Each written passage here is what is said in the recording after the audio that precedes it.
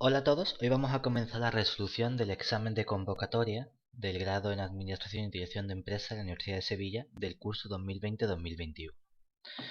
En el primer ejercicio nos dan una función de dos variables, que es seno de e elevado a 3x más y al cubo, y nos piden obtener la matriz hessiana de f en un punto genérico y si es posible en el punto 0, menos 1. Entonces, lo primero que vamos a hacer va a ser estudiar el dominio. Entonces, observemos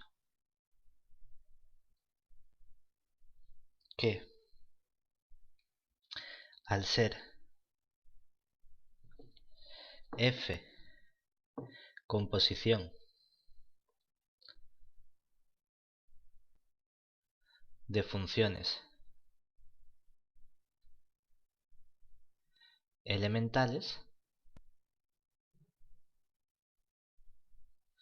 como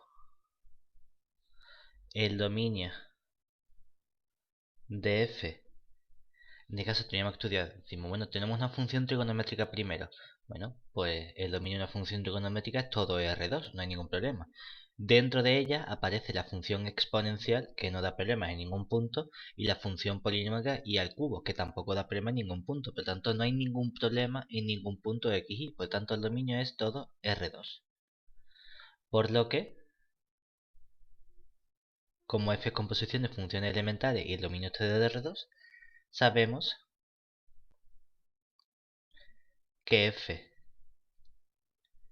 es continua y derivable en todo R2. Entonces ya podemos calcular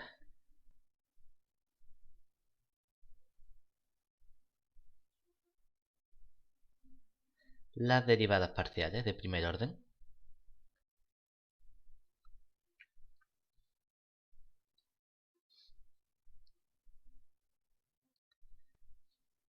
¿Y qué ocurre con las derivadas parciales de primer orden? Que tenemos que calcular formalmente lo que sería la derivada parcial de la f respecto de x en un punto genérico xy. Claro que esto nos daría la derivada respecto de la x de la función seno de e elevado a 3x más y al cubo. Decimos, bueno, cuando estamos haciendo una derivada parcial, todo lo que no dependa de x lo interpretamos como una constante. Y aquí lo primero que hacemos es aplicar la regla de cadena. Como tengo seno y una composición, primero derivo el seno. Derivada del seno me daría el coseno en la función de dentro, que sería e elevado a 3x más y al cubo. Ya tendría que multiplicar por la derivada respecto de x de la función que hay dentro, que sería e elevado a 3x más y al cubo. Claro, pero esta derivada, lo que decimos es que como tenemos una suma, se convierte en la suma derivada, es decir, la parcial respecto de x de e elevado a 3x más la derivada respecto de x de y al cubo. Como la y al cubo no depende de x, toda esta derivada vale 0. Y para esta primera derivada que tenemos aquí, la derivada elevado a 3x sería 3 veces e elevado a 3x. O sea que nos queda en total el coseno de e elevado a 3x más y al cubo, que multiplica a 3 veces e elevado a 3x. Ahora vamos a hacer lo mismo, pero con la derivada parcial respecto de y. Es decir, cogemos la derivada de f respecto de y en un punto genérico xy. Y ahora nos quedaría entonces la derivada respecto de y de la función seno de e elevado a 3x más y al cubo. Podemos hacer el mismo proceso, derivamos primero el seno, nos quedaría el coseno en la función de dentro, que sería e elevado a 3x más y al cubo, y multiplicamos por la derivada respecto de y, aplicando la regla cadena de la función e elevado a 3x más y al cubo. Si queremos, esto vuelve a separarse en la suma de derivadas, es decir, la derivada respecto de y de la función e elevado a 3x más la derivada respecto de y de y al cubo. A la diferencia que como estoy derivando respecto de y, es la derivada de elevado a 3x la que sale 0, mientras que la derivada de elevado de y elevado al cubo nos queda 3y al cuadrado. Por lo tanto, todo esto nos va a quedar el coseno de elevado a 3x más y al cubo, que multiplica a 3y al cuadrado. ¿De acuerdo? Una vez que tenemos la derivada primera, tenemos que calcular la derivada segunda. Entonces vamos a seguir derivando.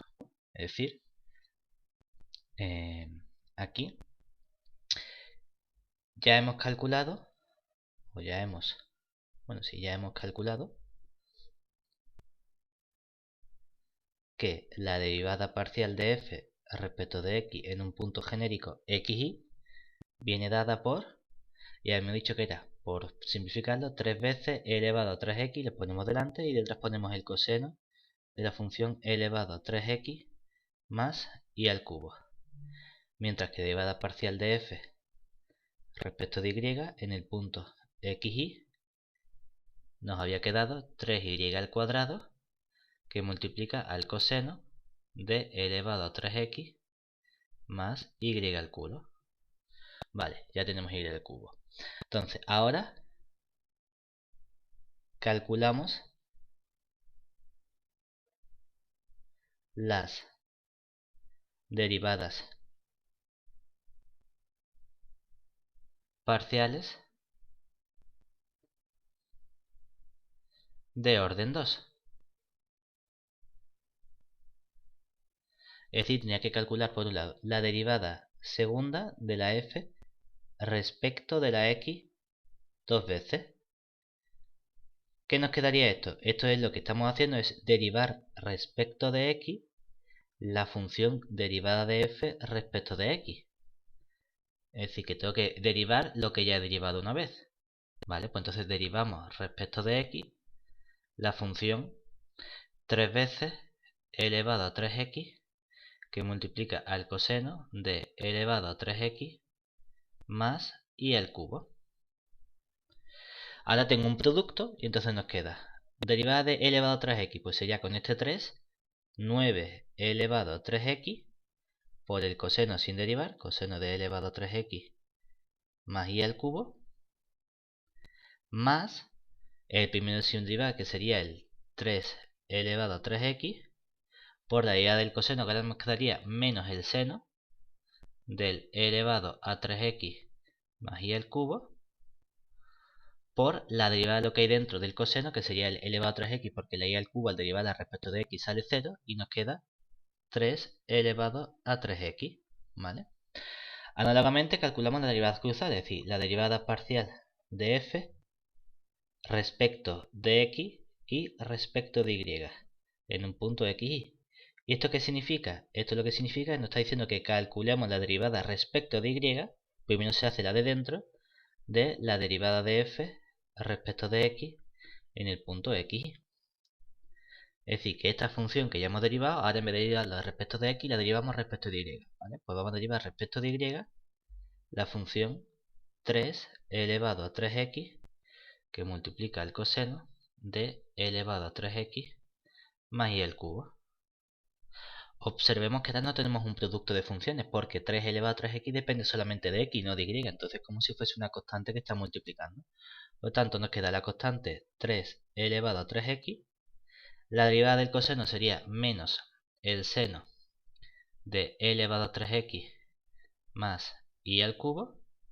Y todo eso multiplicado por la derivada respecto de y, lo que hay dentro, la e elevado a 3x sale 0 y la y al cubo nos da 3y al cuadrado. Análogamente podríamos calcular la derivada segunda de f respecto de y respecto de x.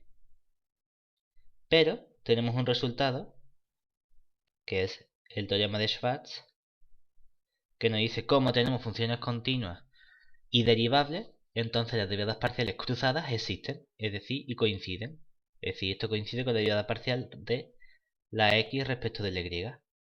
Por lo tanto, esto también va a salir lo mismo que hemos calculado justo aquí arriba, que si queremos agruparlo un poquito, podemos poner ya un menos, el 3 por el 3 nos daría un 9, el y cuadrado lo ponemos, el elevado a 3x lo ponemos, y luego nos queda el seno de elevado a 3x más y al cubo. Y por último calculamos la derivada de orden 2 de la f respecto de la y dos veces en el punto xy. ¿Qué esto que nos quedaría? Pues usando la definición es derivar respecto de y la derivada de f respecto de y en el punto xy. Es decir, tenemos que derivar respecto de y la función 3y al cuadrado que multiplica al coseno de e elevado a 3x más y al cubo. Vuelvo a tener un producto, entonces tenemos derivada del primero sería 6y por el coseno de e elevado a 3x más y al cubo más, y ahora aparece el 3y al cuadrado por el coseno, derivamos el coseno y al derivar el coseno nos queda menos el seno de e elevado a 3x más y al cubo. Y como estamos derivando respecto a y, derivo lo que hay dentro respecto de y, el elevado a 3x sale 0 y el y al cubo nos queda 3y cuadrado. ¿De acuerdo? Entonces vamos a poner aquí arriba quién sería, para que nos quede en la misma hoja simplemente, la expresión de la matriz hessiana. Es decir, la matriz hessiana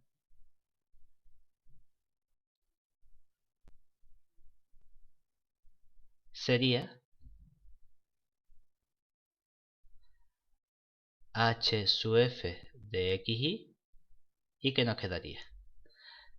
Una matriz cuadrada en la que la primera componente sería esta expresión que tenemos aquí, que bueno, va a ser grande, entonces aquí nos quedaría pues, a ver si cabe, tendríamos el 9 elevado a 3x coseno de e elevado a 3x más y al cubo más el, y aquí vamos a agruparlo, sería en vez de más ponemos un menos, aquí nos quedaría un menos 9 elevado a 6x, porque multiplicamos el elevado a 3x con el elevado de x, se suman, y aquí nos queda el seno del elevado a 3x más el y al cubo.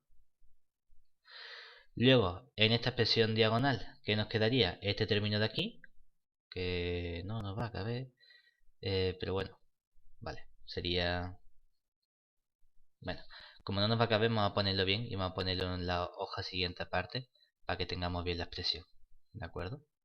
Venga, a ponerlo bien. Entonces, la matriz hessiana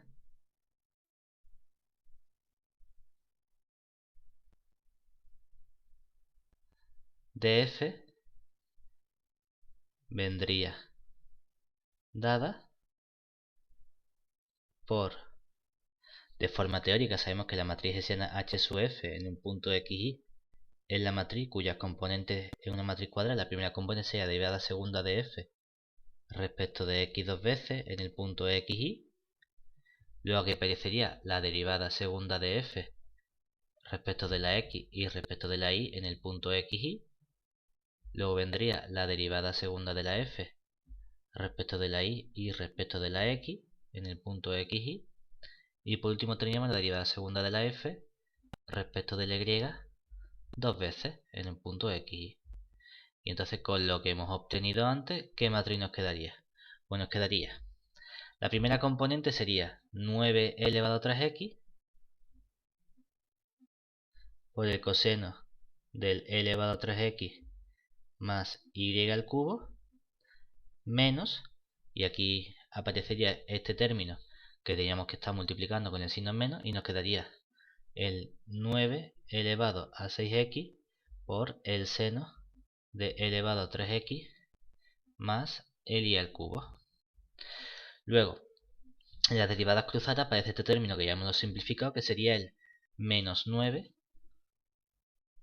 y al cuadrado elevado a 3x, y luego venía el seno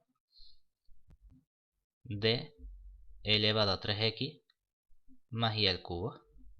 Y esto que aparece aquí también lo ponemos aquí como menos 9 y cuadrado elevado a 3x por el seno del elevado a 3x más y al cubo.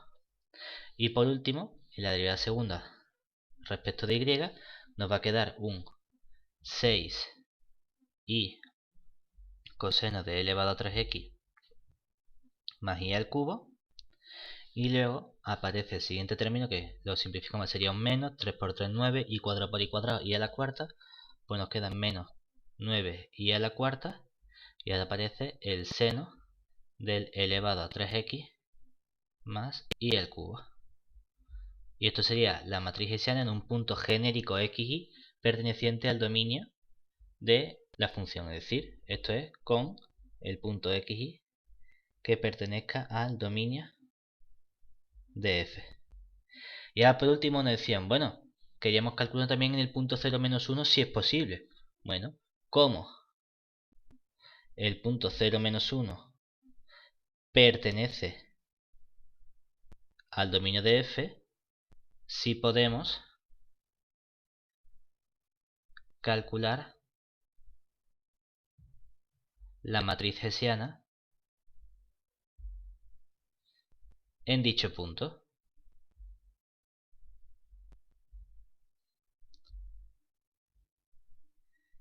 ¿Y qué obtendríamos?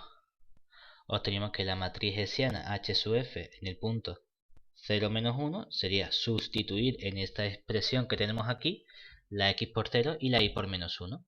Observemos que como cambiamos la y por 0, la x por 0, elevado a 3 por 0 nos sale 0 y aquí nos queda y al cubo, que sería menos 1 al cubo. Es decir, que esta expresión sería 9 veces el coseno de menos 1.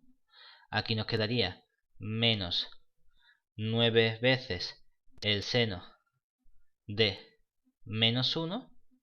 Abajo nos quedaría menos 9 veces y al cuadrado sería menos 1 al cuadrado, que es 1, elevado a 0, 1. Y aquí nos queda elevado a 3x elevado a 0, que es 1. Ah, perdón. No sería el coseno de menos 1, sería el coseno de 0. Y aquí nos queda el seno de 0. Perdón. Porque es elevado a 3 por 0, que sería elevado a 0 más menos 1, es 1 menos 1, que es 0. Y aquí nos queda seno de 0. Esto mismo aparece aquí en la siguiente componente, seno de 0. Y esta última nos quedaría 6 por menos 1, pues sería menos 6 por el coseno de 0. Y aquí nos queda menos 9 por el seno de 0. Ahora bien, sabemos que esos son valores sencillos porque como seno de 0 vale 0 y el coseno de 0 vale 1, esta matriz queda simplemente como la matriz 9, 0, 0, menos 6. Y así tenemos la matriz hessiana en nuestro punto. En el siguiente, bueno, así ya lo tendríamos completamente calculado, tanto en un punto genérico como en el punto correspondiente que nos piden. Ahora, en el siguiente ejercicio, en el ejercicio 2, nos dan una función f de x de 3 variables y nos piden calcular el vector gradiente en un punto genérico. Entonces observamos primero que aquí tenemos una función elevada a otra función. Entonces, lo primero que hacemos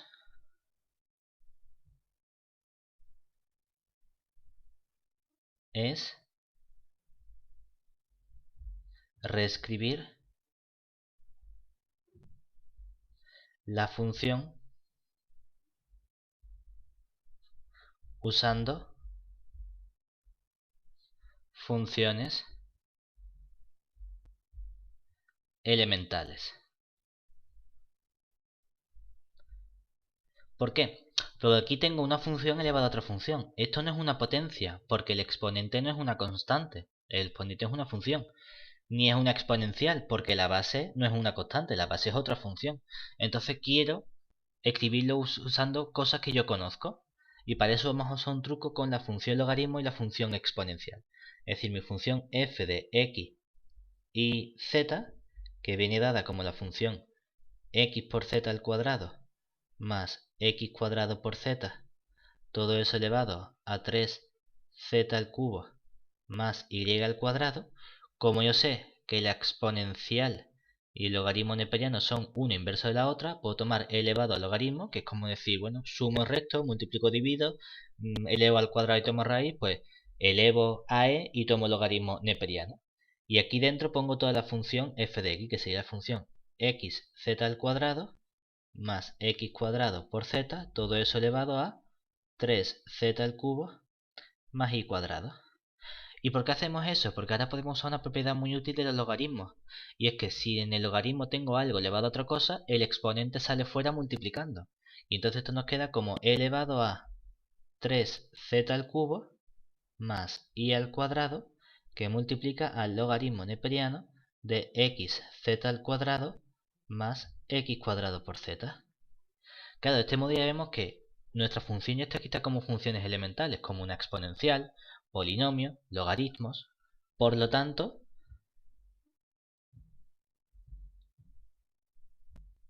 el dominio de mi función f va a ser el conjunto de puntos x y z perteneciente a R3, tales que la exponencial no da ningún problema, los polinomios no dan ningún problema, pero para el logaritmo neperiano, ¿qué tiene que ocurrir? Que lo que haya dentro del logaritmo neperiano, es decir, el xz al cuadrado más x cuadrado por z, tiene que ser mayor o estricto que 0.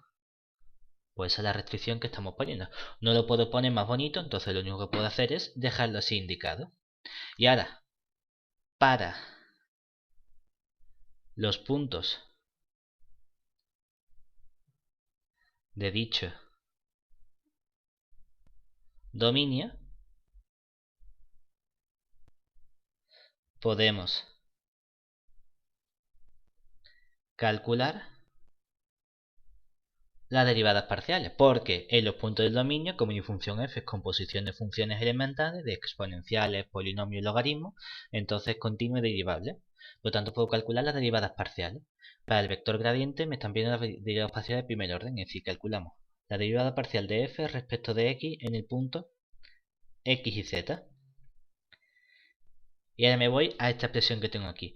Tengo una exponencial, entonces la derivada de una exponencial sería la exponencial, tal cual, 3z al cubo más y cuadrado por el logaritmo neperiano del xz al cuadrado más x cuadrado z, que multiplica a la derivada respecto de x del exponente, que sería 3z al cubo más y cuadrado por el logaritmo neperiano de xz cuadrado más x cuadrado z.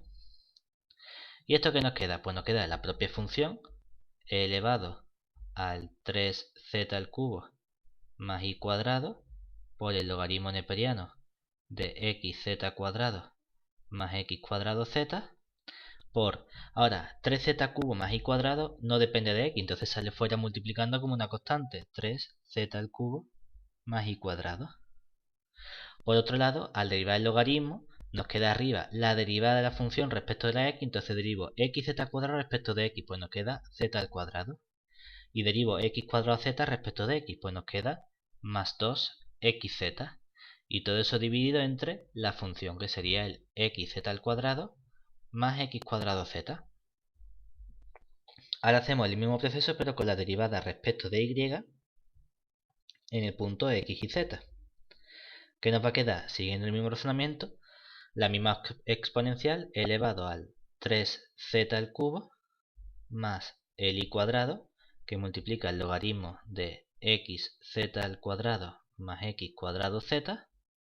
Y ahora, al derivar respecto de y el exponente, sí tenemos un producto, porque esta función depende de y, pero esta función no depende de y, entonces en realidad no tenemos un producto, sino que el logaritmo lo dejamos tal cual multiplicando y simplemente tengo que multiplicar respecto de y la derivada. Derivamos respecto de y esta parte, sería 3z cubo 0, y derivada de y al cuadrado, pues nos quedaría 2y. No hace falta entonces que pongamos este paréntesis, nos queda 2y.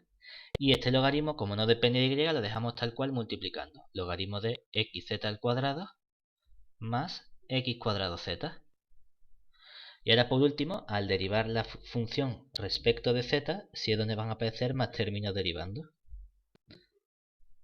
¿Qué tenemos aquí entonces? Tenemos la exponencial de 3z al cubo más y al cuadrado por el logaritmo neperiano del xz cuadrado más el x cuadrado z. Y ahora, al derivar el exponente, sí depende de z y sí depende de z. Por lo tanto, derivar el primero respecto de z sería 3, y aquí nos queda un 9z al cuadrado. La derivada de y respecto de z, 0. por el logaritmo de xz al cuadrado más x cuadrado z, más el primero se lleva, que sería el 3z al cubo más el y cuadrado, por la derivada de este logaritmo respecto de z, que nos quedaría derivada del z al cuadrado sería 2xz, más la derivada de x cuadrado z respecto de z nos quedaría x al cuadrado. Y todo eso dividido entre la función que es xz cuadrado más x cuadrado z. Una vez que ya tenemos todo esto, pues finalmente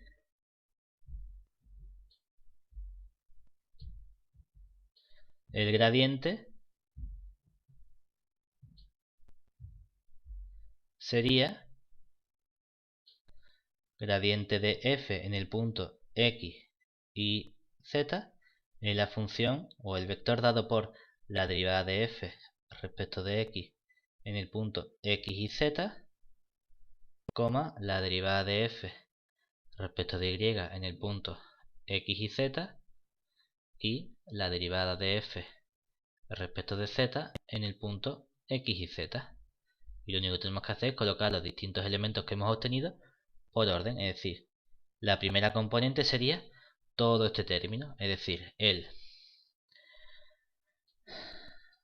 3z al cubo más y cuadrado, que multiplica a el z cuadrado más 2xz entre el x cuadrado z más el z cuadrado x por el elevado a, y aquí tenía el 3z al cubo más y cuadrado por el logaritmo neperiano del x cuadrado z más z cuadrado x. Luego la segunda componente sería la segunda componente que hemos obtenido aquí, es decir, el 2i logaritmo neperiano del x cuadrado z más z cuadrado x, todo eso multiplicado por la exponencial, por el elevado al 3z al cubo más y cuadrado por el logaritmo neperiano del x cuadrado z más el z cuadrado x. Y la tercera componente, que no va a caber aquí, pues la ponemos aquí abajo, sería la exponencial elevado al 3z al cubo más el y cuadrado por el logaritmo neperiano del z cuadrado x más el x cuadrado z por, y aquí venía la suma de la derivada, que nos quedaría el 9z al cuadrado por el logaritmo neperiano del z cuadrado x más x cuadrado z, más, y ahora venía el primero se iba, que era el 3z al cubo más y cuadrado multiplicado por la derivada respecto de z, que aquí nos quedaba este 2xz más x cuadrado entre el z cuadrado x más el x cuadrado z. Y con esto tenemos listo el gradiente. Es un gradiente grande, pero bueno, podemos calcularlo. Vale, vamos ahora al ejercicio 3. En el ejercicio nos piden calcular las siguientes integrales. En el apartado nos piden primero calcular esta integral. Decimos, bueno, una integral en la que tengo un polinomio y tengo aquí una exponencial. Y cuando tenemos polinomio y exponencial, la idea es utilizar integración por partes. Entonces, vamos a usar integración por partes. Decimos, bueno, pues tengo aquí la integral de 2x cuadrado más 6 que multiplica elevado a 2x diferencial de x. Entonces vamos a llamar a u, va a ser la parte que quiero eliminar, que es el polinomio. Entonces nos queda 2x cuadrado más 6. Mientras que cuando derive, entonces el diferencial de u va a ser derivar de esta parte. Si derivo esta parte, la 6 desaparece porque es una constante, y al derivar 2x cuadrado nos queda 4x. Solo que aquí estoy derivando respecto de la x, entonces pongo el diferencial de x. Lo que no he cogido todavía es la parte de la v, es decir, el diferencial de v, que sería lo que me queda, que es elevado a 2x diferencial de x. Pero entonces tengo que integrar, pero cuando integro el diferencial de v nos queda la v. Por lo tanto aquí debo integrar el elevado a 2x, que al integrar el elevado a 2x tengo que dividir entre la constante 2 para ajustar los coeficientes. Y entonces ahora aplico la fórmula que nos dice que esto sería u por v, es decir, 2x cuadrado más 6 por e elevado a 2x partido de 2 menos la integral de v diferencial de u, es decir, de e elevado a 2x partido de 2 por 4x diferencial de x. ¿Vale? Aquí podemos simplificar primero las cuentas un poquito y decir, bueno, este 2 con esto nos quedaría entonces la función x cuadrado más 3 que multiplica a elevado a 2x, mientras que aquí nos quedaría menos la integral de un 2x elevado a 2x diferencial de x, ¿de acuerdo? Y aquí volvemos a usar integración por partes. Entonces, únicamente por el truco de ajustarlo un poquito, como ya aquí tengo el 2, voy a tomar que la u sea simplemente la x. Así el diferencial de u nos queda el diferencial de x. Solo que cuando tomemos el diferencial de v, voy a tomar el 2 por elevado a 2x diferencial de x. Y de este modo, al integrar la v es directamente el elevado a 2x. Y no tengo que ajustar dividiendo entre 2. Por lo tanto, cuando utilizamos integración por partes, esta parte estaba igual, es decir, tenía aquí el x cuadrado más 3 por el elevado a 2x menos, abre paréntesis, sería u por v, x por elevado a 2x, menos la integral de v diferencial de u. Pues nos queda elevado a 2x diferencial de x. Allá todo esto es inmediato. Esta parte nos quedaría el x cuadrado más 3 elevado a 2x. Menos por esto nos queda menos x elevado a 2x. Menos con menos nos queda más. Y cuando integro elevado a 2x nos queda elevado a 2x dividido entre 2. Y como ya he terminado todas las integrales y son integrales indefinidas, debo añadir una constante. Si queremos, podemos sacar factor común el elevado a 2x y entonces nos quedaría aquí un x cuadrado más 3 menos x más un medio que multiplica a elevado a 2x más una constante. Y podríamos ajustarlo todo diciendo, bueno, pues esto es simplemente x cuadrado menos x, y si a 3 le sumo un medio, nos quedan más 7 medios por elevado a 2x más la constante c. Que no es necesario simplificarlo, pero bueno, lo podemos poner si queremos. Con eso ya teníamos el apartado A hecho. Vamos ahora al apartado B. En el apartado B nos piden calcular esta integral polinómica. Entonces, ¿cómo? Bueno, vamos a poner aquí en el B. ¿Cómo? Tenemos una integral racional polinómica, vamos a descomponer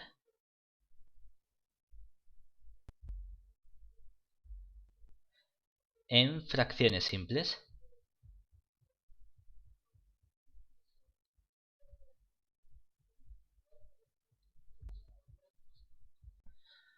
Entonces, lo que hacemos, que como ya lo tenemos factorizado, lo que buscamos es escribir 3x más 5 entre x menos 1 al cuadrado como una constante a entre x menos 1 más una constante b entre, como la raíz se repite, x menos 1 al cuadrado. Cuando desarrollamos, esto nos quedaría, mínimo común denominador sería el x menos 1 al cuadrado, y aquí nos queda a que multiplica el x menos 1 más b. Tenemos varias opciones para sacar las constantes a y b. Por un lado podemos decir, mira, aquí igualamos coeficientes. ¿Por qué? Porque aquí tendría entonces que 3x más 5, el numerador debe coincidir con el numerador de arriba, que tendría a por x más b menos a. Y dos polinomios son iguales si y solo si sus coeficientes son iguales. Es decir, de aquí sacamos que la a tiene que valer 3 y el coeficiente b menos a debe valer 5. Por lo tanto, como la A vale 3, la B vale 8. O también podemos decir, bueno, aquí lo que tengo es que damos valores. Entonces decimos, bueno, pues si la X, por ejemplo, vale 1, la parte de la izquierda vale 3 más 1, que sería 8. Y la parte de la derecha vale A por 1 menos 1, es decir, A por 1 menos 1 más B, que esto es simplemente B, por lo que la B vale 8. Y ahora damos otro valor distinto, por ejemplo, el que queramos. Podemos buscarlo de sencillo, por ejemplo, podría dar el valor 2. Y decir, pues si vale 2, 3 por 2 sería 6, 6 más 5 sería 11, y aquí nos queda 2 menos 1 sería 1, es decir, A más B. Pero como la B ya vale 8, pues esto me queda A más 8. Es decir, que la A vale 3. Me da igual que usemos un método u otro. Por lo tanto, lo importante de esto es que una vez que lo tenemos, ya podemos escribir nuestra integral, es decir, la integral de 3x más 5 entre x menos 1 al cuadrado diferencial de x, la podemos escribir como la integral de la a entre x menos 1, que sería 3 entre x menos 1, más el 8 entre el x menos 1 al cuadrado. Y estas ya son integrales inmediatas. ¿Por qué? La primera, lo que hacemos es descomponer en dos integrales, es decir, 3 veces la integral de 1 partido x menos 1 diferencial de x, más, la constante la puedo sacar fuera, 8 veces la integral de 1 partido x menos 1 al cuadrado diferencial de x. Para la primera tengo un logaritmo, tengo aquí 3 veces el logaritmo neperiano, y que no se nos olvide que al integrar tengo que añadir el valor absoluto de x menos 1. Porque es posible que esto sea negativo, entonces tengo que poner un valor absoluto. Mientras que aquí lo que tengo es una potencia. Todo esto en realidad es simplemente x menos 1 elevado a menos 2. ¿Y cómo integramos potencia? Pues nos queda 8 por el x menos 1 elevado al exponente más 1 entre ese exponente más 1. Como ya hemos terminado de integrar, ya añadimos una constante c porque estamos trabajando con integrales indefinidas. Y entonces esto ya lo podemos simplificar y poner un poquito más bonito. ¿Y qué nos quedaría? Nos queda aquí 3 veces el logaritmo neperiano del valor absoluto de x menos 1 más menos 2 más 1 es menos. Por lo tanto esto sería 8 entre menos 1, es decir, menos 8, que multiplica a 1 partido x menos 1, porque nos queda x menos 1 elevado a menos 1, que es dividir entre x menos 1 más la constante c. Y así ya tenemos calculada nuestra integral. Vamos ahora al siguiente caso, al apartado C. Porque en el apartado C nos dicen, para la misma función, nos piden ver si la función es integrable en este intervalo. Entonces, en el C, observemos que el dominio de mi función f es todo el conjunto R, y como tengo un cociente, el dominador no puede hacerse 0. Pero claro, x menos 1 se hace 0 justamente en el punto x igual a 1. Y además, f es continua en todo su dominio.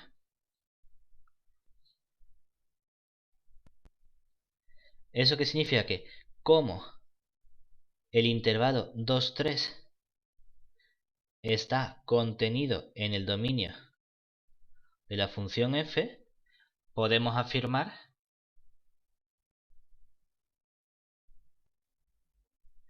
que f es continua en el intervalo 2, 3. Y por lo tanto, también es integrable, Riemann, normalmente a lo mejor lo de integrable lo omitimos, Riemann, en dicho intervalo. Es decir, que la primera parte la tenemos lista. La función es integral en intervalo 2, 3 porque es una función continua. Y tenemos un resultado en teoría que nos dice función continua en un intervalo es integral de Riemann en dicho intervalo. Además, como f es integrable, y de nuevo cuando decimos integrable nos referimos a integral de Riemann, pero simplemente decimos integrable, podemos usar la regla de Barrow para hallar la integral definida. Es decir, aquí nos piden calcular la integral entre 2 y 3 de la función 3x más 5 entre x menos 1 al cuadrado diferencial de x.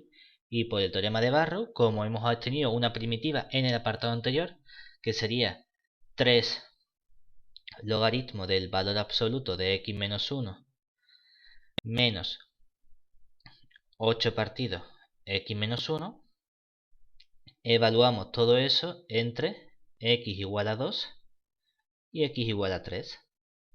Por lo tanto, evaluamos en el de arriba, nos va a quedar 3 veces el logaritmo neperiano de 3 menos 1 es 2, como 2 es positivo, no hace falta que pongamos el valor absoluto, es decir, simplemente ponemos 2 menos 3 menos 1 sería 2, 8 entre 2 me queda 4. Y ahora resto lo que vale abajo, menos 3 veces el logaritmo neperiano de 2 menos 1 es 1, entonces pondría el logaritmo de 1, que sabemos que esto vale 0, y resto, con este menos se convierte en más, 2 menos 1 sería 1, 8 entre 1 es simplemente 8. Por lo tanto, esto nos queda 3 veces el logaritmo neperiano de 2, y menos 4 más 8 sería más 4. Y ya tenemos calculada la integral definida en dicho intervalo. Bien, vamos ahora con el siguiente ejercicio, con el ejercicio 4. Aquí nos dan un recinto D y nos piden calcular la integral doble en dicho recinto. Entonces lo primero que vamos a hacer va a ser representar nuestro recinto. Es decir, comenzamos representando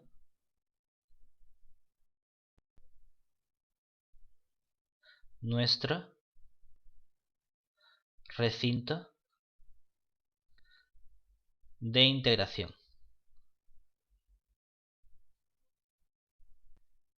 Entonces vamos a tratar de dibujarlo. Vamos a hacerlo grande para que se vea bien. A ver cómo nos queda nuestro recinto.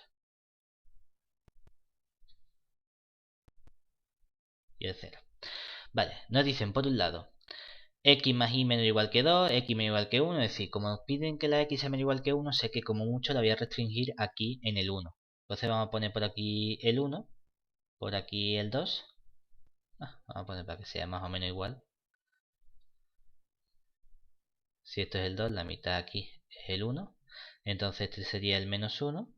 Y ahora, hacia arriba, vamos a delimitarlo. Vamos a poner también más o menos pues 1, 2, 3. A ver hasta dónde llegamos. Decimos, bueno, por un lado, x menor o igual que 1. Eso significa que la x la estoy delimitando. La estoy delimitando por esta recta vertical.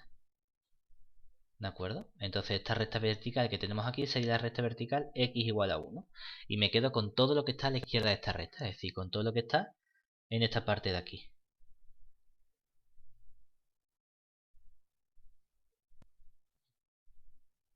Ahora, esta parte de aquí sería y.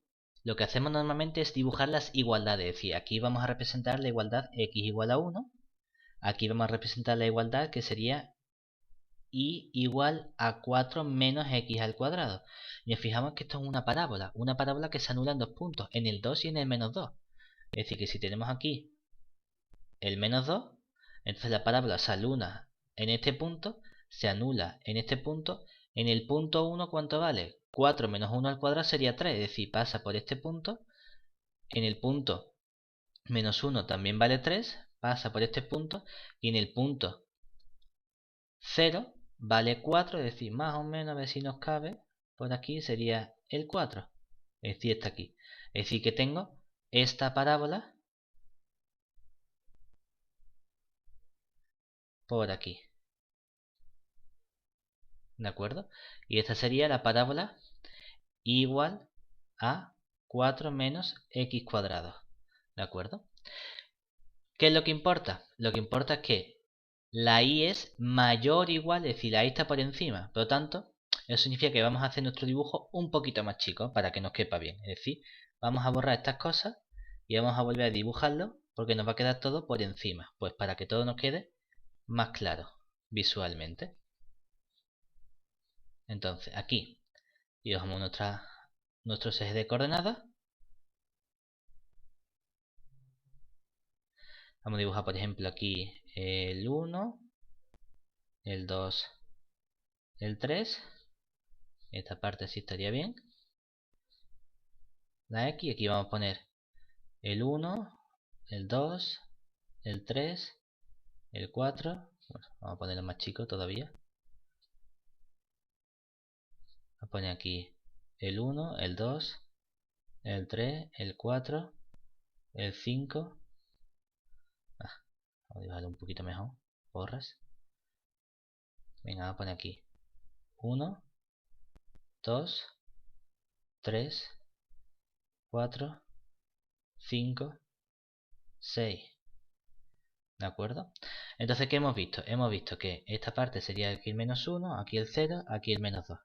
Entonces, por un lado teníamos la recta vertical x igual a 1, esta recta de por aquí. Por otro lado teníamos la parábola que pasaba por los puntos menos 2, 0, el menos 1, 3, el 0, 4, el 1, 3 y el 2, 0. Es decir, teníamos esta parábola de aquí. Y por último, tenemos que representar aquí la recta igual a 2 menos x, que en el punto 0 vale 2, en el punto 1 vale 1 y en el punto 2 vale 0. Es decir, sería esta recta que tenemos aquí. Entonces, de este modo, ¿qué hemos conseguido? Hemos conseguido que tenemos aquí la recta x igual a 1, tenemos la parábola igual a 4 menos x al cuadrado, y luego tengo la recta igual a 2 menos x. Entonces, observemos que quiero lo que está a la izquierda de la recta, es decir, quiero lo que está a la izquierda de aquí.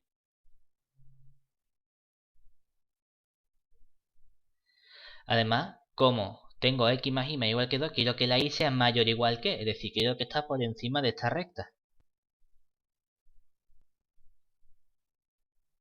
Y por último, la y es menor o igual que el 4 menos x cuadrado. Es decir, quiero lo que está por debajo de la parábola.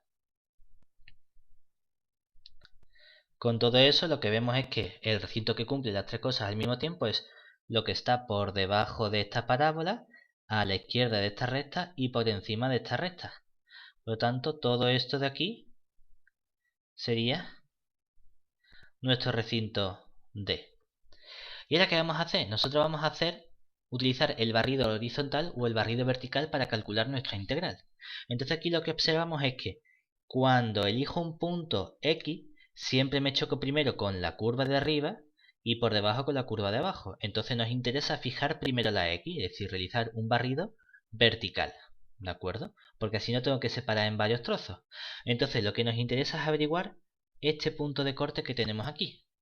Entonces, para averiguar este punto de corte, vamos a estudiar la intersección correspondiente. Entonces, buscamos el punto de corte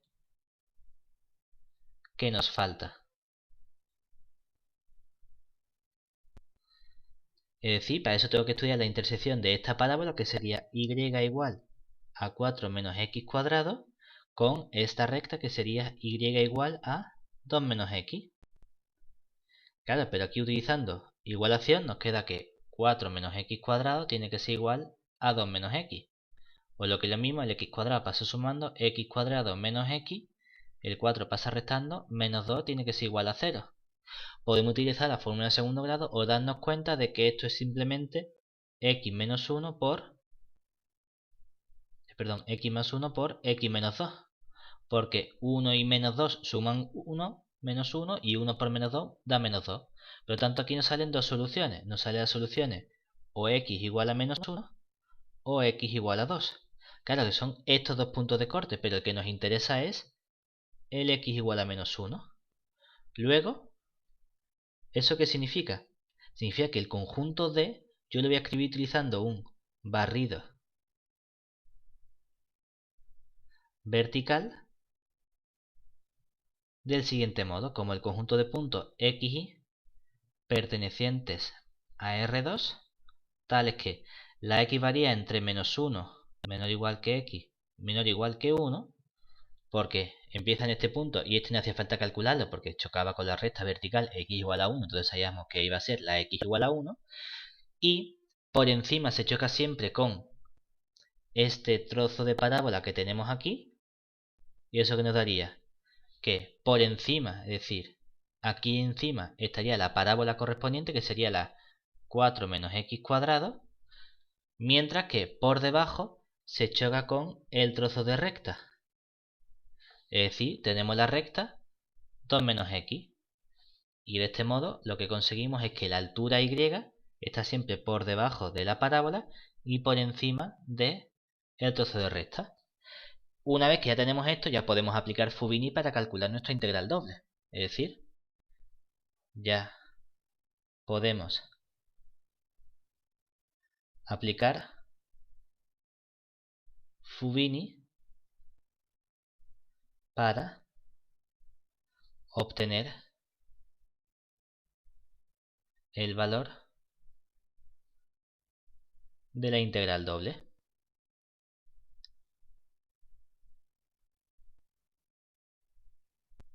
¿Qué obtenemos así? Nos pedían calcular la integral doble en el conjunto D de la función 4 veces diferencial de x diferencial de y. Y lo que hemos visto es que usando Fubini más el barrido vertical, lo que tenemos aquí es que esto se convierte en la integral entre menos 1 y 1 de la función diferencial de x y la integral entre, y aquí viene que ponemos abajo la función de abajo, que sería el 2 menos x, arriba pongo la función con la que se choca por arriba la y, que sería el 4 menos x cuadrado, y aquí nos queda diferencial de y. Claro, esta función es simplemente evaluar la y, nos faltan 4, el 4 lo dejo fuera, evaluar la y entre y igual a 2 menos x e y igual a 4 menos x cuadrado. Esto en realidad como calculábamos las áreas en bachillerato, la función de arriba menos la función de abajo, es decir, aquí nos queda el 4 lo puedo sacar completamente fuera de la integral y nos queda 4 veces la integral entre menos 1 y 1 de la función de arriba 4 menos x cuadrado menos la función de abajo, que sería el 2 menos x diferencial de x, que esto lo puedo escribir como 4 veces la integral entre menos 1 y 1 de 4 menos 2, bueno, vamos a poner ya simplificado, pues aquí tendríamos el 4 menos 2 sería simplemente 2, menos x al cuadrado, y menos menos x sería más una x diferencial de x. Por lo tanto, todo esto que nos queda, nos va a quedar 4 veces, y aquí sería la integral de 2, 2x, la integral de x cuadrado menos x al cubo partido de 3, la integral de x más x cuadrado dividido entre 2. Y todo eso entre x igual a menos 1 y x igual a 2, x igual a 1. Entonces nos queda 4 veces, y aquí evaluamos en 1. 2 por 1 sería 2, menos 1/3 más 1/2. Y ahora resto lo que vale menos 1. Resto lo que vale menos 1 sería 2 por menos 1, menos 2. Resto lo que vale en 1, menos con menos sería más, pero al elevar al cubo nos queda menos 1 partido por 3. Y resto aquí al cuadrado, que me quedaría 1/2. ¿De acuerdo? Por lo tanto, ¿qué consigo? Que este 1/2 con este menos 1/2 se me simplifica. ¿Y aquí qué nos queda? Pues nos queda en total 4 veces 2 menos menos 2 sería 4. Menos 1/3 menos 1/3 sería menos 2/3. Si lo queremos simplificar, todo esto sería 12 menos 2 dividido entre 3, que sería 10/3, y multiplicado por este 4 nos queda 40/3, que es el área. Pero además había una pregunta, y es que nos decían, bueno, interpreta geométricamente el resultado. ¿Por qué no dicen interpretar geométricamente el resultado? Porque podemos hacer lo siguiente, y es que podemos encontrar la siguiente interpretación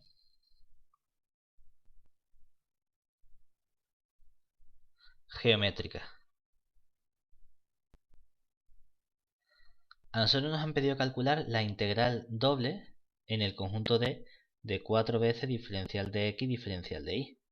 Pero si nos fijamos, este 4 que tenemos aquí lo puedo sacar fuera de la integral. Y esto me quedaría como 4 veces la integral doble en el recinto de 1 diferencial de x diferencial de y.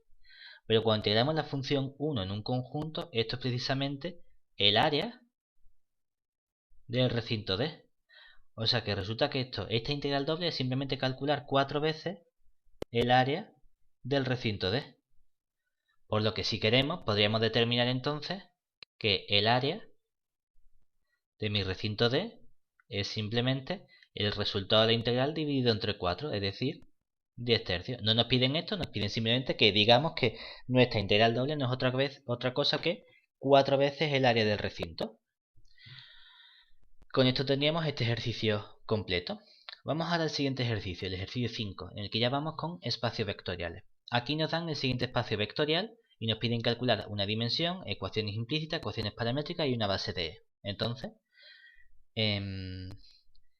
tenemos que mi espacio vectorial E me lo han dado por las siguientes ecuaciones implícitas. X más Y menos Z más T igual a 0. X menos Y más 2Z igual a 0. Y X más 3Y menos 4Z más 2T igual a 0. Estas son unas ecuaciones implícitas, pero no por ello tienen que ser unas ecuaciones implícitas independientes. Por lo tanto, vamos a escalonar para saber si hay alguna ecuación que nos sobre. Entonces, para obtener unas ecuaciones implícitas independientes,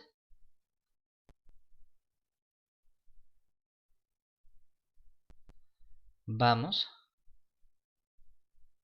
a escalonar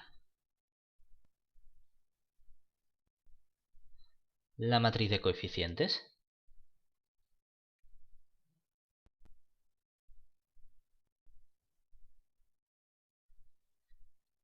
Nuevamente yo llamo M de matriz, le pongo un subíndice del espacio vectorial y le pongo una tilde para indicar que es de coeficiente, pero es una manía mía. Entonces aquí nos quedaría coeficiente de la primera ecuación. ¿Qué multiplica la X? Un 1. ¿Qué multiplica la Y? Un 1. ¿Qué multiplica la Z? Un menos 1. ¿Qué multiplica la T? Un 1. ¿Qué multiplica la segunda a la X? Un 1. A la Y un menos 1. A la Z un 2. Y a la T no aparece, luego es un 0. Y aquí, ¿qué multiplica a la X? Un 1. A la Y un 3. A la Z un menos 4. Y a la T un 2.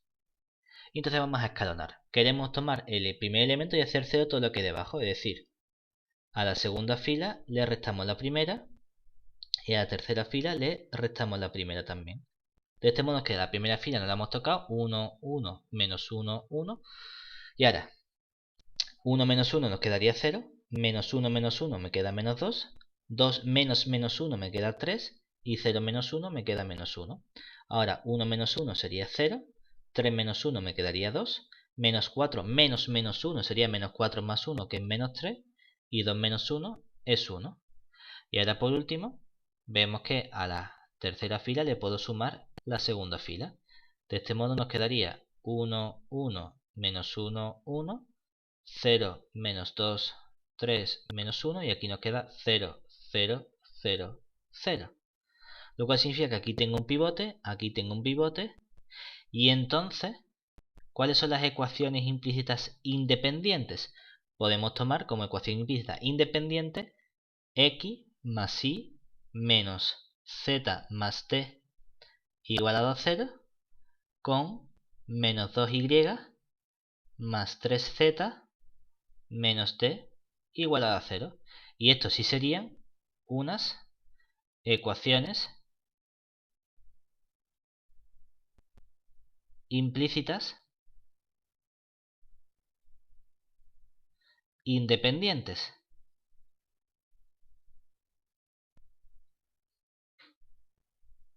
¿De acuerdo? Ya tenemos las ecuaciones implícitas, pero de las ecuaciones implícitas también podemos sacar la dimensión. ¿Por qué? Porque además yo puedo decir, bueno, pues la dimensión de mi espacio vectorial E va a ser, formalmente lo puedo estudiar como la dimensión del espacio en el que estoy, que es R4, menos el rango de la matriz de coeficientes.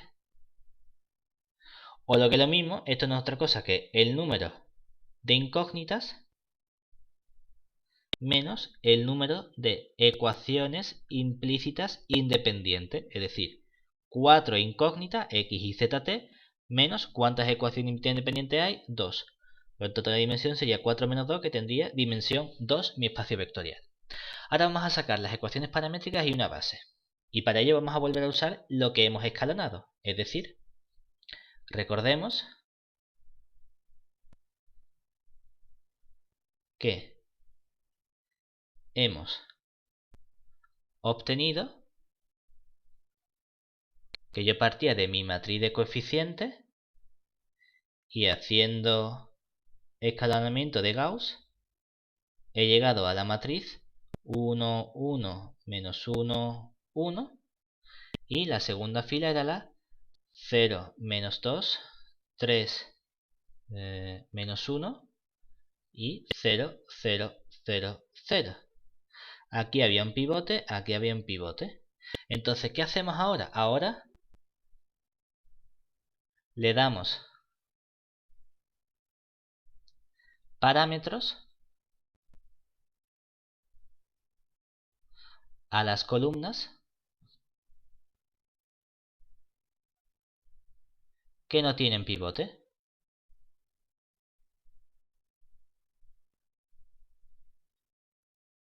Es decir, veo que esta columna sí tiene un pivote, tiene este escalón. Esta segunda columna sí tiene un pivote, tiene escalón, pero aquí ya no hay otro escalón. Por lo tanto, la tercera columna, que es la de la z, no tiene escalón, pues le doy un parámetro alfa. Y la última columna de la t tampoco tiene un escalón, pues le doy otro parámetro beta. Y ahora despejamos. Observemos que la segunda ecuación en realidad era simplemente menos 2y más 3z menos t igualado a 0. Por lo tanto, esto no es otra cosa que menos 2y más, y en vez de poner z, digo, bueno, esto es 3 alfa. Y en vez de poner menos t, digo, bueno, esto es menos beta, igualado a 0. Y entonces puedo despejar y, e y me quedaría como 3 alfa menos beta, dividido todo entre 2. Y ahora me voy a la primera ecuación, que sería x más y menos z más t igualado a 0. Pero claro, la x es x, pero la y es 3 alfa menos beta dividido entre 2. Mientras que la z es menos alfa y la t es más beta. Y todo eso está igualado a 0. Por lo tanto, simplificando y despejando, nos queda que la x sería, si a 3 alfa entre 2 le resto un alfa, me queda un alfa medio, pasa restando como menos alfa medio. Si aquí a menos beta medio le sumo beta, me queda beta medio, pero como pasa restando, queda como menos beta medio. Y esto sería para todo alfa y beta pertenecientes a R. Y eso significa que ya puedo dar entonces unas ecuaciones paramétricas. Exactamente. ¿Qué nos quedaría? Para las ecuaciones paramétricas pondríamos el espacio vectorial E y lo que haríamos sería colocarlas por orden simplemente. Es decir, diría la X vale tanto, la Y vale tanto, la Z vale tanto y la T vale tanto. Entonces tengo la X vale menos alfa entre 2 menos beta entre 2. La Y vale 3 medios de alfa menos beta entre 2. La Z vale alfa y la T vale beta. Y esto sería con alfa y beta perteneciente a R. Y ahora, por último, podemos extraer una base de E si le damos valores linealmente independientes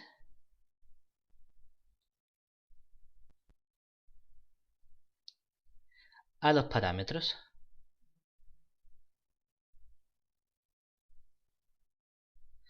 Es decir, que la base B del conjunto E, lo más normal es que estamos acostumbrados a decir, bueno, pues que la alfa valga 1 y la beta valga 0 y que el otro sea el alfa vale 0 y el beta vale 1. Pues sí, podríamos hacerlo así, lo único que nos va a quedar con fracciones y no gustan las fracciones, pero bueno, podemos hacerlo, porque en ese caso, ¿qué nos quedaría? El alfa vale 1, beta vale 0, entonces ¿cuánto vale la x? Menos 1 medio, menos 0 medio, me queda menos 1 medio. Y la segunda componente, 3 medios por 1, 3 medios, y la beta que es 0, pues nada. Tercera componente, la alfa que es 1, y cuarta componente, la beta que es 0. Mientras que, si ahora la alfa es el que vale 0 y el beta es el que vale 1, aquí nos queda el vector menos 1 medio, coma, esto fuera y esto sería menos 1 medio, y ahora este sería 0 y este sería 1. Y así tendría una base formada por dos vectores, que a lo mejor no es la que yo cogería porque no me gusta tener las cosas así. Es decir, yo en vez de eso le daría otros valores y cogería una base B gorrito de E, que sería, bueno, pues por ejemplo podemos multiplicar este vector por el 2 para que nos quede simplemente el vector menos 1, 3, 2, 0 traspuesta, y aquí el 1, 1, 0, menos 2, únicamente para que no nos queden fracciones, pero me da igual que tomemos la primera que tomamos la segunda, para gusto los colores. Esta simplemente es tomando el alfa igual a 2 y el beta igual a 0, y aquí en esta segunda hacemos el alfa igual a 0 y el beta igual a menos 2. Y así, bueno, pues hay menos elementos negativos y hay menos fracciones. Ahora, en el apartado B, ¿qué nos piden? Nos piden, dado el vector, determinar los valores para que U pertenezca a E. Entonces, recordemos que U flechita pertenece a E si U flechita verifica las ecuaciones de E. Entonces, en el apartado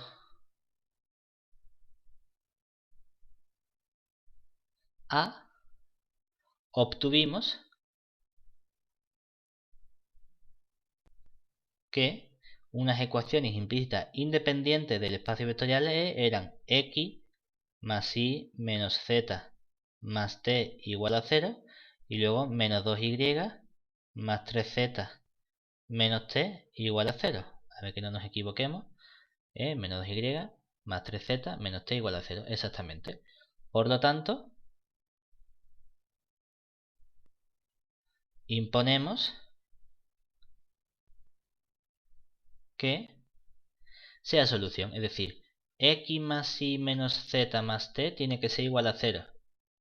Si solo sí, sustituimos y la x vale 1, la y vale a, la z vale b y la t vale 1. Pues esto tiene que ser igual a 0, es decir, a menos b tiene que ser igual a menos 2. Y ahora la segunda componente nos queda, no hay x, pues menos 2y más 3z menos t tiene que ser igual a 0. Si y solo si, como quiero que u pertenezca, menos 2a más 3b menos t tiene que ser igual a 0. Es decir, menos 2a más 3b tiene que ser igual a 1. Es decir, que tengo que resolver el sistema de ecuaciones dado por a menos b igual a menos 2 y menos 2a más 3b igual a 1. Hombre, pues por ejemplo utilizamos reducción, multiplico la segunda ecuación por 2 y sumo.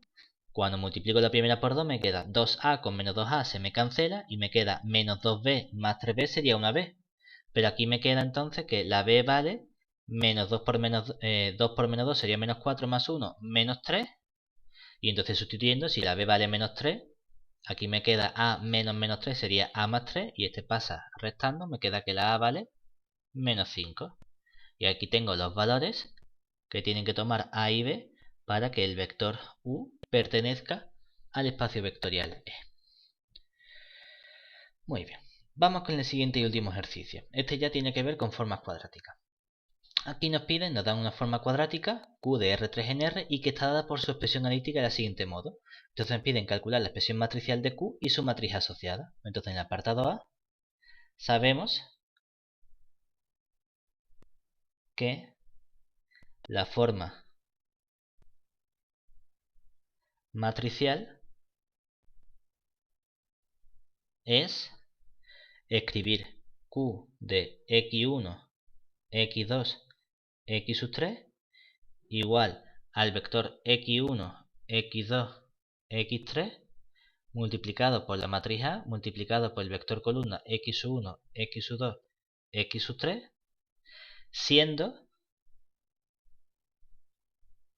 la matriz A asociada la matriz en la que nos fijamos en los coeficientes cuadráticos, que tengo aquí x1 al cuadrado, coeficiente 1, x2 al cuadrado, coeficiente 4 y x3 al cuadrado, coeficiente 1. Pues esos son los términos que aparecen en la diagonal tal cual.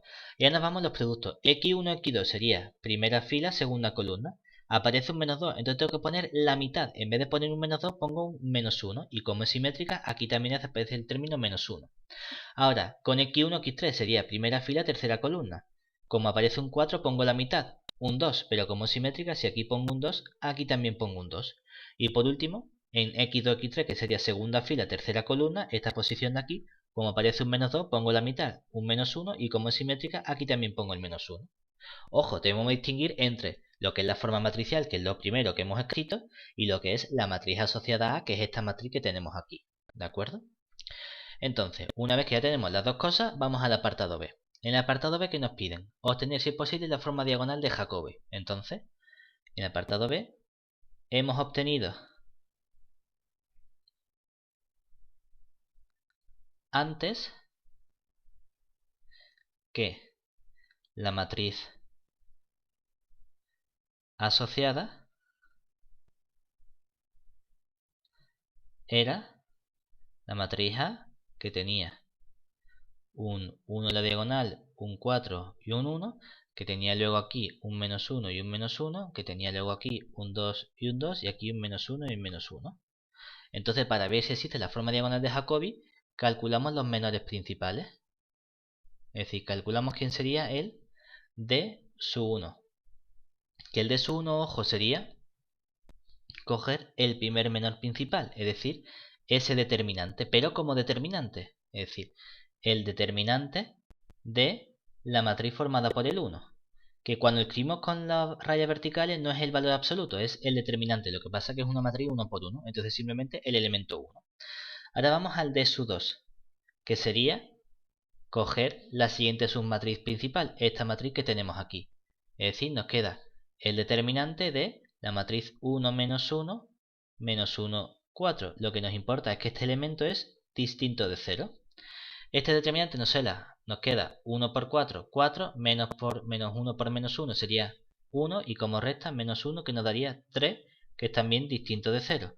Y por último, el D sub 3, que es el determinante de la matriz A completa en este caso. Por lo tanto, queda el determinante de la 1 menos 1, 2, la menos 1, 4 menos 1 y la 2 menos 1, 1. De repente sería este por este nos quedaría 4, este por este nos quedaría más 2, este por este nos quedaría más 2, y ahora restamos este por este, 2 por 4, 8, y por 2, 16. Restamos este por este, 1, y restamos este por este, 1. ¿Qué nos queda todo esto? Pues nos queda 4 más 2 sería 8. Y aquí nos queda 16 más 2 sería 18, por lo tanto nos queda menos 10, que es también distinto de 0. Entonces, ¿qué pasa? Como d sub 1 es distinto de 0, d sub 2 es distinto de 0 y d sub 3 es distinto de 0, podemos calcular la expresión diagonal de Jacobi, que sabemos que viene dada por q de x1, x2, x3, igual aparece el d sub 1 por el x sub 1 al cuadrado, más el d sub 2 entre el d sub 1 por el x sub 2 al cuadrado, más el d sub 3 entre el d sub 2 por el x sub 3 al cuadrado, que en este caso nos quedaría el d sub 1 vale 1, pues 1 por x sub 1 al cuadrado, el d sub 2 vale 3, 3 entre 1 me quedaría más 3 por x sub 2 al cuadrado, y por último el d sub 3 vale menos 10, pues me queda menos 10 tercios del x sub 3 al cuadrado. Y así tenemos la forma diagonal por Jacobi. Muy bien. Vamos ahora al apartado C. En el apartado C nos dicen, sin calcular, ¿podemos decir cuántos autovalores positivos y cuántos valores negativos tiene la matriz A? Decimos, bueno, mira, antes hemos obtenido que la forma diagonal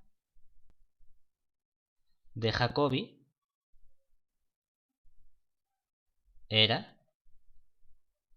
el q de x sub 1, x sub 2, x sub 3 igual a 1 por x sub 1 al cuadrado más 3 por el x sub 2 al cuadrado menos el 10 tercios por el x sub 3 al cuadrado. Que este elemento era positivo, este elemento era positivo, mientras que este elemento era negativo. Y entonces tenemos un resultado que nos dice, es que la ley de inercia de Sylvester nos dice que todas las formas diagonales tienen la misma cantidad de términos positivos y negativos. Pero claro, cuando escribimos la forma diagonal por autovalores, los términos que aparecen son precisamente los autovalores. Es decir, que podemos afirmar que como esta forma diagonal tiene dos elementos positivos, la forma diagonal por autovalores va a tener dos autovalores positivos. Luego hay dos autovalores positivos y un autovalor negativo. ¿De acuerdo? Y con esto ya sabemos calcular. No sabemos, no nos hace falta decir cuáles son, si valen 5, 7, menos 1, lo que sea. Simplemente que sé que hay dos positivos y uno negativo. Y eso nos lleva al apartado D, que es clasificar la forma cuadrática sin restringir. Es decir, aquí, como por ejemplo, por el apartado C, hay autovalores positivos y negativos, podemos concluir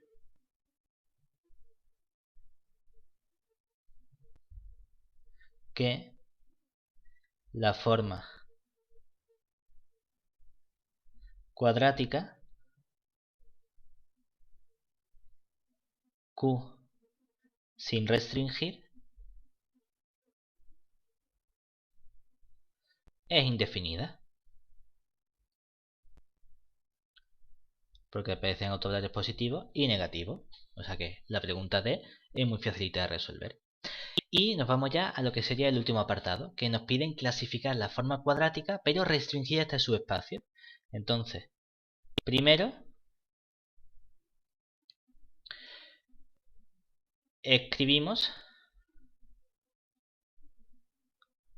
unas ecuaciones paramétricas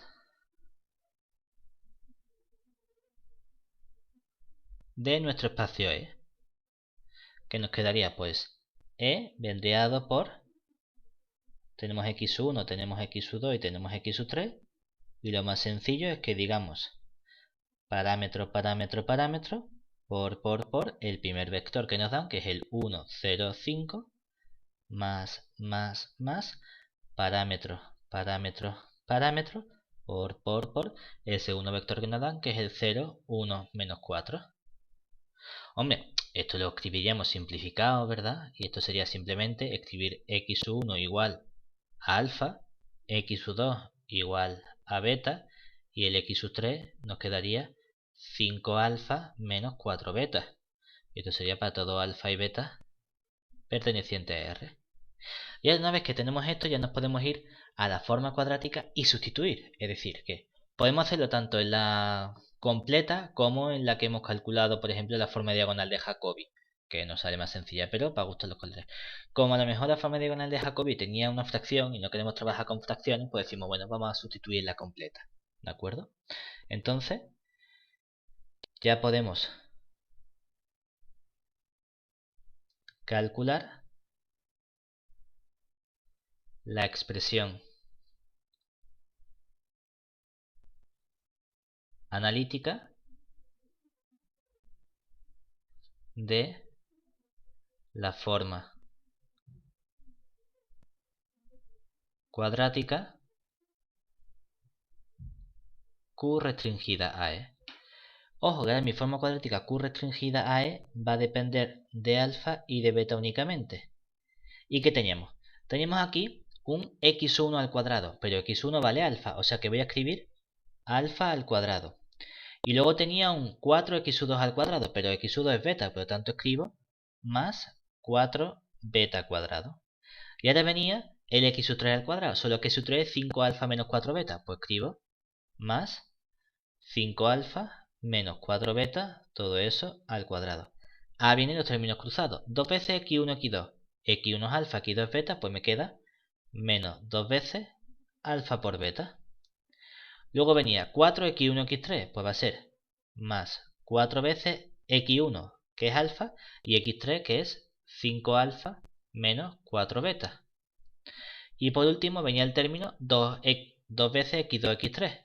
Es decir, que me queda menos 2 veces x2, que es beta, y x3, que es 5 alfa menos 4 beta. Muy bien, ahora vamos a simplificar esto todo lo que podamos. ¿Qué nos va a quedar? Aquí un alfa al cuadrado más un 4 beta al cuadrado. Aquí nos quedaría más un 25 alfa al cuadrado más un 16 beta al cuadrado menos el doble primero y segundo sería menos 40 alfa beta menos 2 alfa beta. Aquí me queda 4 por 5 más 20 alfa al cuadrado. Y aquí nos queda menos 16 alfa beta. De aquí tendría menos 10 alfa beta. Y por último, menos 2 por menos 4 sería más 8 beta cuadrado. Venga, entonces nos queda términos de alfa cuadrado. Tengo aquí un alfa cuadrado de 25 serían 26, es decir, fuera 26. Y aquí tengo 20, nos quedarían 46 alfa cuadrado. Luego, de términos de beta cuadrado, tengo aquí 4 beta cuadrado y 16 beta cuadrado sería 20 beta al cuadrado. Y aquí más 8, pues me queda más 28 beta al cuadrado. Y por último, los términos cruzados de alfa beta, me quedaría aquí menos 40 alfa beta, menos 2 alfa beta sería menos 42, menos 10 sería menos 52 y menos 16 me quedaría menos 68 alfa beta. Por lo tanto, la matriz, vamos a llamarla B, asociada a la forma cuadrática Q restringido a E, sería una matriz B en la que en la diagonal aparecen los términos cuadrados tal cual, es decir, el 46 y aquí aparece el 28, mientras que aquí aparecen los términos cruzados divididos entre 2. Como tengo un 68 sería menos 34 y aquí nos quedaría un menos 34. Luego calculamos sus menores principales. ¿Qué nos quedaría? Nos quedaría que el D sub 1 sería el determinante del 46, que es 46, que es mayor que 0, y el D sub 2 sería el determinante de la matriz B, que sería el determinante de 46 menos 34 menos 34 y 28, que nos quedaría aquí 46 por 28 menos 34 al cuadrado, que cuando hacemos la cuenta de 46 por 28 menos 34 por 2 nos queda 128. Perdón, no 128, nos queda 132, que también es positivo. ¿Y eso qué significa? Como el primer menor principal es positivo y el segundo menor principal es positivo, podemos concluir entonces que la matriz A, la matriz B definida positiva, y por lo tanto la forma cuadrática restringida, que sería Q restringida a E, es definida positiva. Y con esto concluimos el examen de la convocatoria.